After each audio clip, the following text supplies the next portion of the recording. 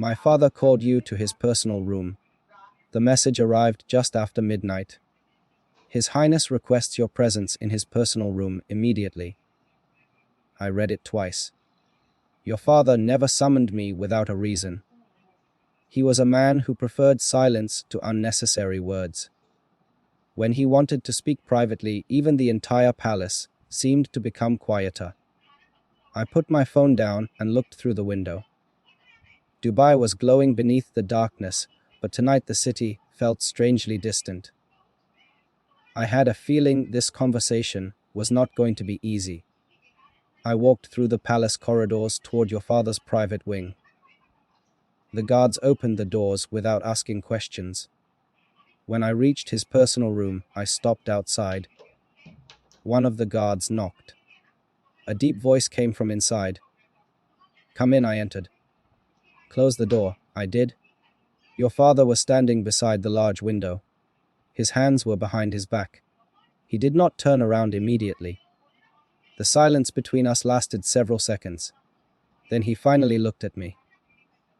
"You know why I called you?" "No, sir."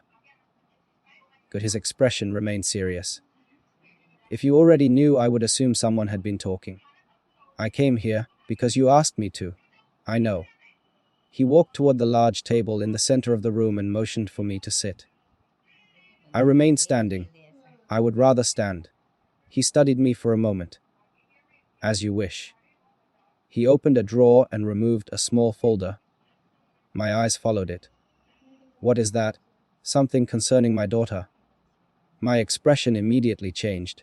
I said nothing. He placed the folder on the table. "You care about her?" It was not a question. "Yes." "Enough to admit it?" "Yes, enough to protect her." "Yes." "Even if protecting her means walking away from her?" That question caught me off guard. I slowly exhaled. "If walking away is what she truly wants, then yes." Your father stared at me. "You are different from what I expected." I do not know whether that is a compliment. It is not. A faint smile appeared on his face. "Not yet." He opened the folder. "There are things about my family that you do not know." I expected there would be. "There are things my daughter does not know either." That made me more alert. "What are you saying?" He looked directly at me. "I am saying that someone has been watching her." My jaw tightened. "Who?" "We do not know." "Then increase her security." "I already did." "Then increase it again." Your father shook his head. "You are reacting emotionally." "No, I am reacting carefully." "You care about her."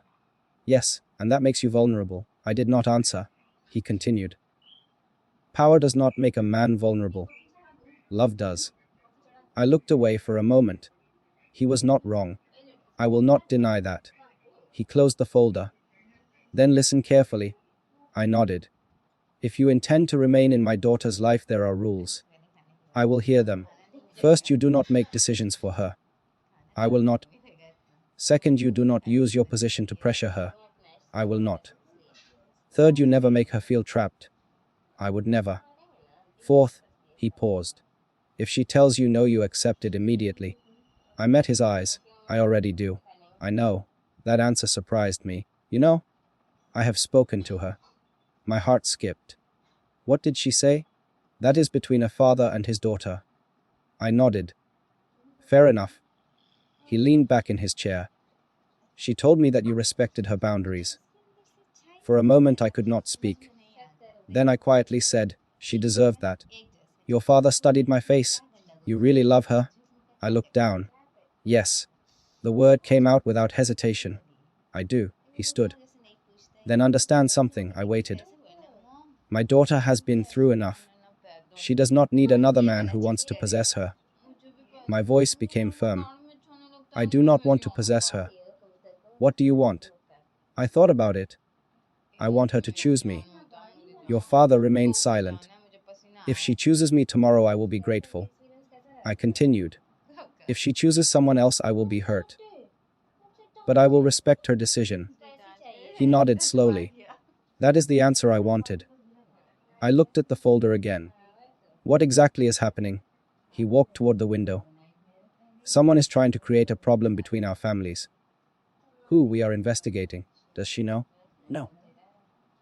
Why? Because fear makes people careless. I understood immediately.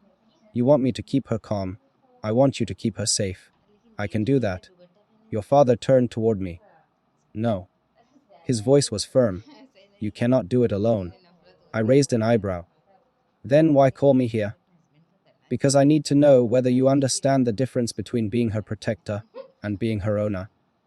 I answered immediately. I do. Explain it. A protector gives someone safety.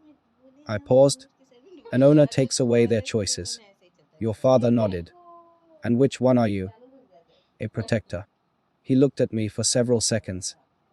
Then he walked over and placed his hand on my shoulder. Then protect her by giving her the truth when the time comes. I frowned. When will that be? When I believe she is ready. And until then, you stay close. I can do that. But not too close. I almost smiled. That sounds complicated. Family usually is. For the first time, the tension in the room eased slightly. Then your father said something that changed everything. There is one more reason I called you. I looked at him. What is it? He opened the drawer again. This time he removed an old photograph. He placed it in front of me. I looked down. It showed your family many years ago. You were much younger, standing beside your father, and behind you was a man I recognized. My expression hardened. Who is he? Your father did not answer immediately. You know him? Yes, from where? My father's old business circle. Your father nodded. That is the problem. I looked up. Why? Because he has returned? The room suddenly felt colder. When? 3 weeks ago. Why did no one tell me? Because we were not certain of his intentions. Now we are. I waited. Your father lowered his voice. He wants revenge. My fists tightened. Against whom? Against my family. I looked at the photograph again. And my daughter. She is the easiest way to hurt us. I immediately stood. We need to tell her, not tonight. Why? Because if he knows we are aware of him, he may change his plan. I took a slow breath. Then what do you want from me? Stay near her. I will. Do not tell her about this conversation. I hesitated. I do not like keeping things from her. Neither do I. He looked toward the door. But sometimes a father has to carry the fear so his daughter can sleep peacefully. I understood. Your father was not asking me to deceive her. He was asking me to give him time. I nodded. I will not tell her. Thank you. I started walking toward the door. Then he called my name. I turned around. He looked at me with an expression I had never seen before. Not as a prince. Not as a powerful man. Just as a father. If something happens to her... He stopped. I waited. If something happens to my daughter, I will never forgive you. I looked directly into his eyes. Nothing will happen to her. You cannot guarantee that. No, I took a breath. But I can guarantee this. He waited. I will never stop trying to keep her safe. He nodded. That is enough. I opened the door. Before leaving, I looked back once. Sir? Yes. I do not know what the future holds. He said nothing. But I know one thing. What? I love your daughter. His expression softened. And if she chooses me someday,